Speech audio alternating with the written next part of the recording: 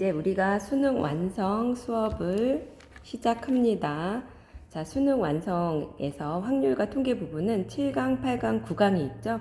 자, 우리 7강, 8강, 9강에 나오는 유형별로 선생님이 한 문제씩만 설명을 하도록 하겠습니다. 나머지 문제들은 여러분이 소회의시를 이용해서 개별적으로 질문하면 답하는 방식으로 가겠습니다.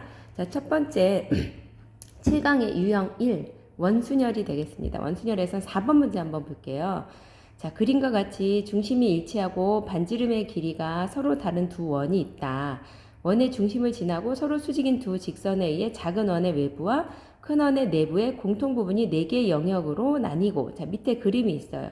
지금 그림에서 보면 지금 여기 요 직선하고 여기 요 직선이 수직이란 얘기죠. 그래서 큰 원이 네 부분으로 나뉘었고, 서로 수직인 두 직선이 이루는 각의 이등분선 중 하나에 의해 작은 원의 내부가 2개 영역으로 나눈다. 그러니까 요 두 직선의 수직 이등분선 중에 하나인 얘가 요 작은 원의 내부를 둘로 나눠준다, 그 얘기죠.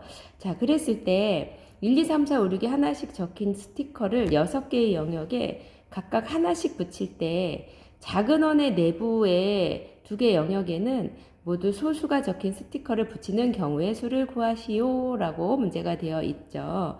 자, 그러면 여기 한번 써보도록 하죠. 자, 여기에 1, 2, 3, 4, 5, 6 이렇게 6개의 숫자를 넣었는데 이 2개 영역에는 소수가 들어가야 된다라는 얘기예요. 자, 그래서 자, 소수는 지금 2와 3과 5가 있죠. 3개 중에 2개 골라서 여기에 넣는 거거든요.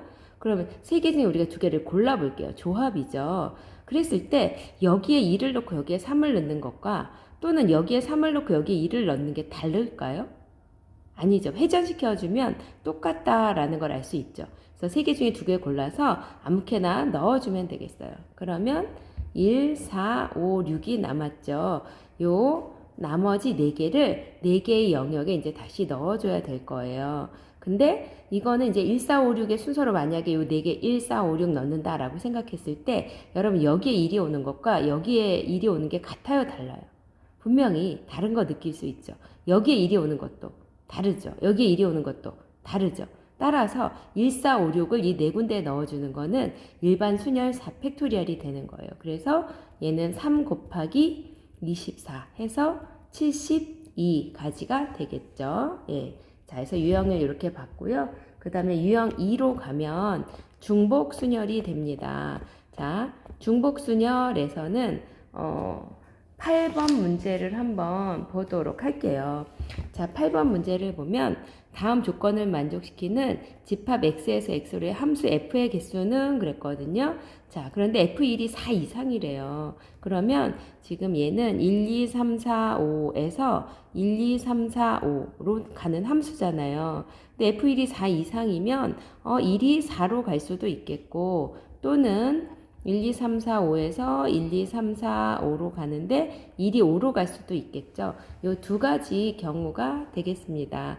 자, 그랬을 때 사실 이 경우에서 먼저 생각을 해볼 건데요. 왜냐하면 a 곱하기 fa의 값이 홀수인 a가 존재한다 그랬거든요. 근데 지금 이 상황에서는 a가 1이면 1 곱하기 f1 하면 1 곱하기 5는 5 해서 홀수가 되죠. 그래서 얘는 이미 조건을 만족했어요. 따라서 이 경우에는 2, 3, 4, 5가 아무데나 대응이 돼도 조건을 만족하죠. 그래서 2가 1, 2, 3, 4, 5 5개 중에 어디로 가고, 3도 1, 2, 3, 4, 5 중에, 4도 1, 2, 3, 4, 5 중에, 5도 1, 2, 3, 4, 5 중에 선택하면 되니까 5의 4제곱은 625개가 된다라는 걸 알 수 있겠죠. 자, 그럼 이제 요 경우를 생각을 해야 됩니다. 얘는 일단 1 곱하기 f1하면 그거는 4니까 짝수잖아요. 자, 그런데 a가 그럼 1일 때는 안 됐고요. 2일 때는 2 곱하기 f2 하면 무조건 짝수잖아요. 그러니까 얘도 안 되고요. 그럼 3일 때는 3 곱하기 f3 얘가 홀수여도 되고, 또 4일 때는 4 곱하기 f3 무조건 짝수예요. 그럼 5는 5 곱하기 f5.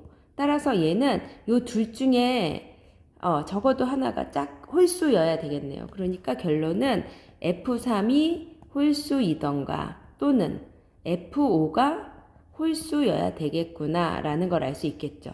자, 그러면 이미 74로 대응이 됐으니까요. 2, 3, 4, 5 그냥 일단은 어떻게 구할까요? F3이 홀수인 거 먼저 한번 구해볼까요? 그러면 일단 F2는 5군데 중에 아무 데나 가도 되고요. 그 다음에 3은 홀수니까 1, 3, 5 셋 중에 하나 가야 되고요. 4, 5군데, 5, 5군데 아무 데나 가도 되겠죠. 더하기.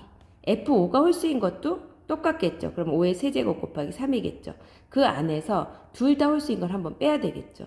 그러면 2는 5군데, 3은 홀수니까 3군데, 4 아무 데나 가도 되니까 5군데, 5 홀수니까 3군데. 그래서 얘네들은 5의 제곱을 뽑아보면 여기선 15 남고요. 여기서도 15 남고요. 여기에서는 5의 제곱 빼니까 9 남았죠. 그래서 5의 제곱 곱하기 21이 되겠네요. 계산하기가 귀찮아졌어요. 25 곱하기 21 하면 얼마일까요? 얼마예요? 25가 20개면 500이죠. 525가 되겠네요. 그래서 525하고 625하고 더해주면 바로 1150이 답이 되는 거죠. 예. 그래서 요거 봤고요. 자, 그 다음에 이제 유형 3 봐야 되겠죠? 자, 유형 3은 같은 것이 있는 순열이에요.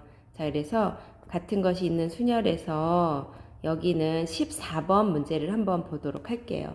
자, 14번 문제는 어느 도시에 하루 동안의 여행 계획을 세우려고 한다. 근데 점심, 저녁, 박물관 견학, 유람선 탑승을 포함하여 모두 8가지 활동을 계획하고 있다.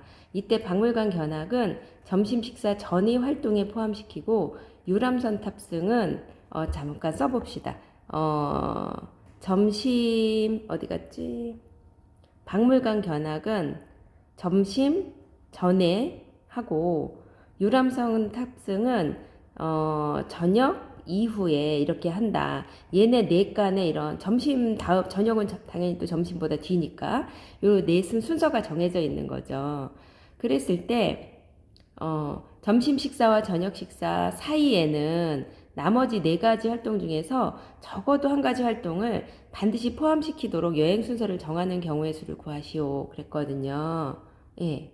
자, 그러면 여기에서는 요 넷은 순서가 정해져 있잖아요. 그래서 얘네를 동그라미로 똑같이 표시할게요. 그 다음에 나머지 4개를 A, B, C, D라고 할게요. 그러면 결국은 이거를 나열하는 경우의 수를 구하는 것과 마찬가지겠죠. 그러면 똑같은 게 4개니까 4팩토리알 분의 8팩토리알을 생각할 수 있을 거예요. 근데 그 안에 어떤 문제가 있냐면 점심과 저녁 사이에 적어도 하나 들어가야 된다 그랬거든. 그러니까 요 점심과 저녁 얘네가 붙어 있는 걸 빼줘야 되겠다. 그 얘네가 붙어 있는 거라면 결국 1개, 2개, 3개 똑같은 거 3개와 A, B, C, D를 나열하는 것.